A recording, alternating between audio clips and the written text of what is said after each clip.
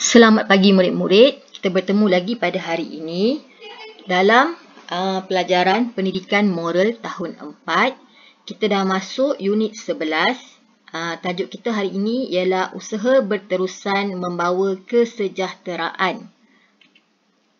Baik, pertama cikgu nak kamu buka buku teks kamu, muka surat 94.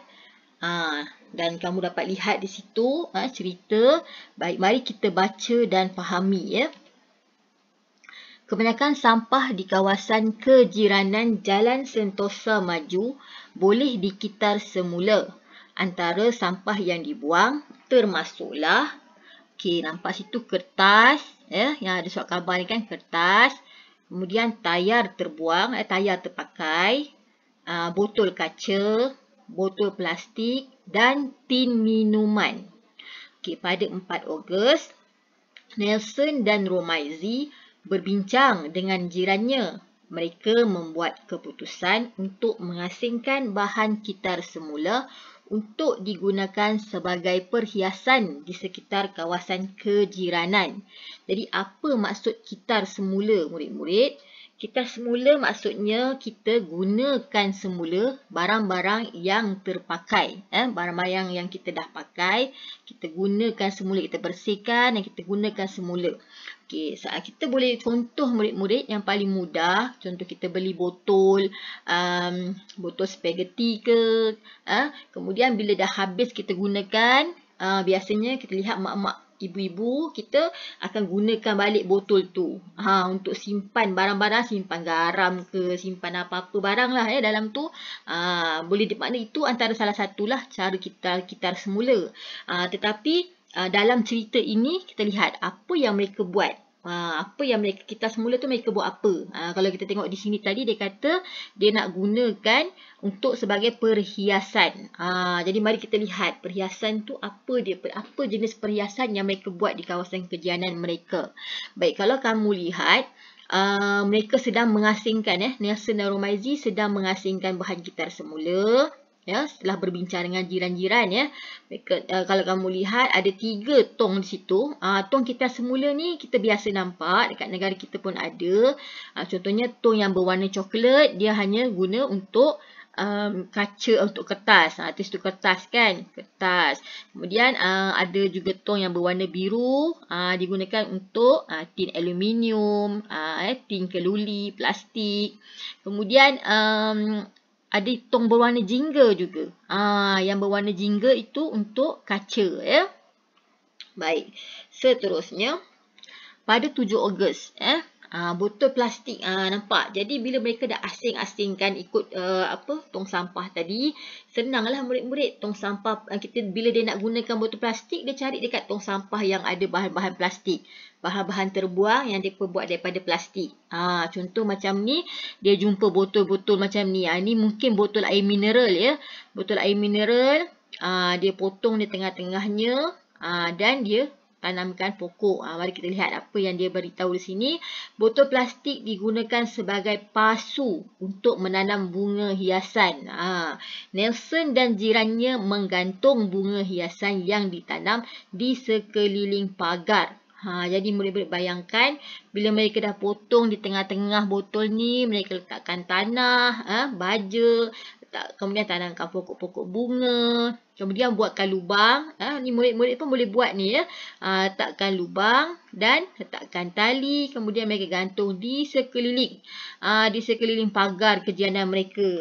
Jadi dapat bayang tak murid-murid betapa cantik dan berserinya kawasan kejiranan mereka. Daripada kejauhan dah nampak dah pokok-pokok bunga tergantung di pagar-pagar ya. Itu salah satu caranya. Cara mereka buat gunakan kitar semula botol plastik itu untuk menjadi pasu.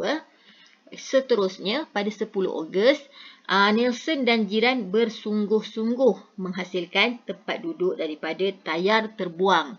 Kalau kamu melihat pada gambar ni, dia ambil tayar, dia buatkan kaki di bawahnya supaya boleh dijadikan sebagai tempat duduk. Kemudian mereka juga cat tayar-tayar tersebut dengan pelbagai warna. Tengok ni, nampak ni macam warna ungu, yang ni macam nak warna merah sikit, yang ni warna hijau.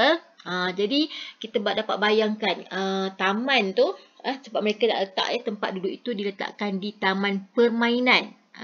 Taman permainan untuk kegunaan jiran. Jadi taman permainan ni nampak sangat-sangat berseri tak murid-murid. Sangat berseri ya, berwarna-warni, cantik. Kemudian ada bila kita nak bawa anak-anak ataupun adik-adik kita ataupun kita sendiri bermain di taman permainan tersebut, bila kita penat, kita nak duduk, ada tempat duduk yang banyak. Tempat duduk yang cantik, yang pelbagai, yang dihasilkan daripada tayar terbuang tadi, tayar terpakai tadi ya. Baik, seterusnya murid-murid, tengok apa lagi yang mereka buat. Nampak ni, jiran Nelson menganyam kertas terpakai untuk dijadikan bakul. Bakul tersebut dijual di kawasan kejiranan lain. Maknanya memang biasalah murid-murid kerja menganyam ini biasanya kaum ibu yang pandai buat menganyam ni. Jadi kalau dapat lihat situ kan, jiran-jiran dia yang perempuan sedang menganyam kertas-kertas untuk dihasilkan bakul. Kadang-kadang murid bakul ini mereka warnakan. Mereka lebih kreatif lah bila diwarnakan, nampak macam betul-betul bakul yang betul. Kemudian mereka jual pula di kawasan kejiranan lain. Maknanya mereka dapat cari pendapatan pula daripada hasil bahan kita semula tadi. Mereka dah boleh dapatkan pendapatan. Dan pendapatan itu boleh digunakan lagi untuk untuk kegunaan taman mereka. Seterusnya murid-murid, pada 16 Ogos, Romaizi dan jiran menyusun tin serta botol kaca yang telah dicat untuk menghasilkan papan tanda. Mereka bersemangat menghasilkan papan tanda selamat datang yang terbesar. Maknanya Romaizi dengan jiran-jiran dia pula apa mereka buat pada 16 Ogos, mereka susun tin serta botol kaca yang telah dicat. Kenapa mereka cat? Supaya nampak lebih cantik, lebih berseri. Dari jauh orang dah nampak dah. Untuk menghasilkan papan tanda. Jadi apa guna papan tanda ni murid-murid? Papan tanda ini ada tulisan selamat datang. Mana dia susun botol dengan tin tu supaya dapat jadi bentuk tulisan selamat datang sebagai kata-kata aluan kepada pelawat-pelawat ataupun siapa saudara mara ke yang datang, yang lalu dekat kawasan kejiranan tu, dia dapat lihat papan tanda kata-kata aluan selamat datang ini. Jadi mereka bersemangat menghasilkan papan tanda yang terbesar. Jadi mereka buat besar supaya orang boleh nampak dari jauh, dah nampak dah. Baik, seterusnya.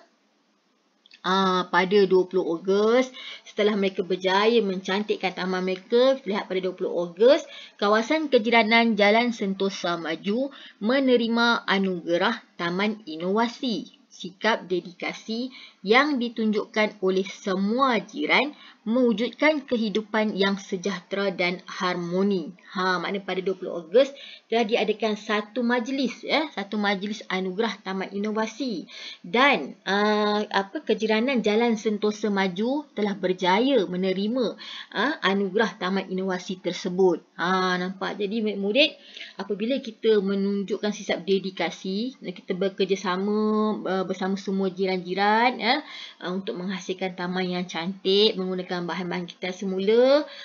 Jadi apa manfaat daripada program tersebut?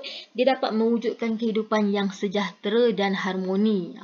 Makna jiran-jiran di situ dapat hidup dengan aman sejahtera serta harmoni.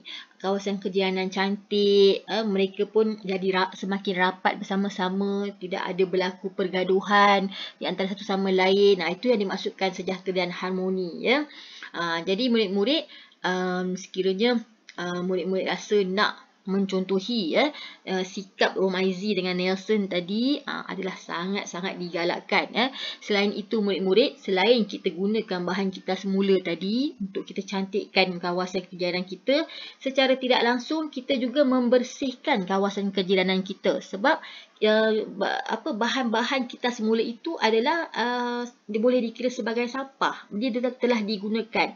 Jadi bila kamu nampak dekat taman-taman kamu tu ada plastik-plastik yang terbuang, bila kamu merancang nak buat program macam ni, kamu akan kutip plastik-plastik tersebut. Secara tak langsung padang pun dah jadi bersih daripada sampah-sampah. Kertas-kertas telah dikutip, kemudian dibuang pula di tong kita semula tadi. Tak kisahlah kalau kamu nak ambil semula untuk buat program macam Nelson dan Romaizi ni tadi, kamu boleh ambil dan gunakan semula. Kalau kamu tak gunakan semula pun, kamu dah tolong buang dekat tong kita semula pun dah cukup baik murid-murid. Kemudian akan mempermudahkan pula untuk proses pembuangan sampah-sampah tersebut mengikut kategori-kategorinya, ya. Baik, seterusnya murid-murid, mari kita sama-sama jawab soalan. Bagaimanakah Nelson dan Romaizi mengamalkan sikap rajin di kawasan kejiranannya? Jadi bagaimana kita nak jawab daripada yang cerita yang kita baca tadi? Bagaimana murid-murid?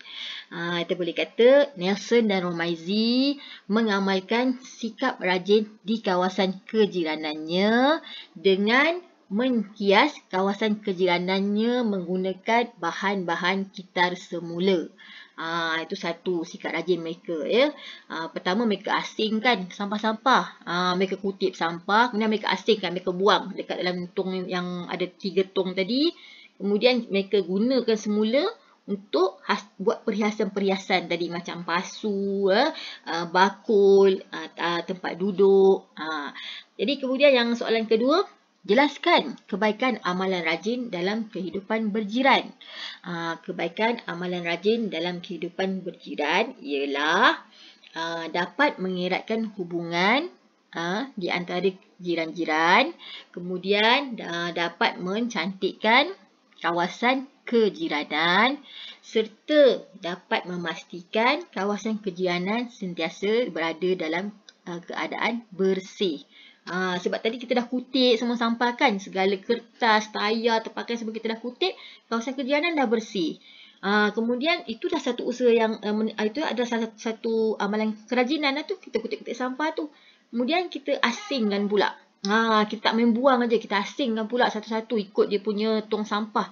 Jenis-jenis sampah tu, plastik dekat tong sampah plastik, kertas dekat tong sampah kertas, kaca dekat tong sampah kaca, dan tin-tin aluminium. Itu pun satu amalan kerajinan juga. Kemudian hasilkan pula bahan-bahan perhiasan. Itu pun amalan rajin, ya. Baik, seterusnya ceritakan pengalaman kamu mengamalkan sikap rajin dalam kehidupan harian di kawasan kejiranan. Yang ni murid-murid tak perlu buat karangan panjang-panjang.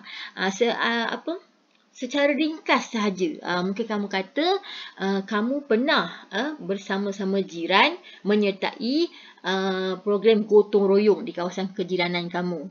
Yang tu satu, nampak sikap rajin, ya. Yang kedua, mungkin kamu boleh cerita terdapat banyak sampah di padang permainan taman di kawasan kejiranan kamu, dan kamu mengajak rakan-rakan kamu mengutip sampah tersebut sehingga padang tersebut bersih. Yang tu pun boleh. Ataupun kamu kata kamu mungkin pernah menyapu bersama rakan-rakan, menyapu di halaman rumah kamu dan kejiranan. Bukan rumah kamu saja, dengan kawasan-kawasan kejiranan semua kamu sapu supaya menjadi bersih. Jadi terpulanglah pada pengalaman kamu masing-masing untuk kamu ceritakan, ya, di soalan nombor 3 ini. Baik, itu saja murid-murid yang dapat kita bincangkan pada hari ini. Sekian, terima kasih.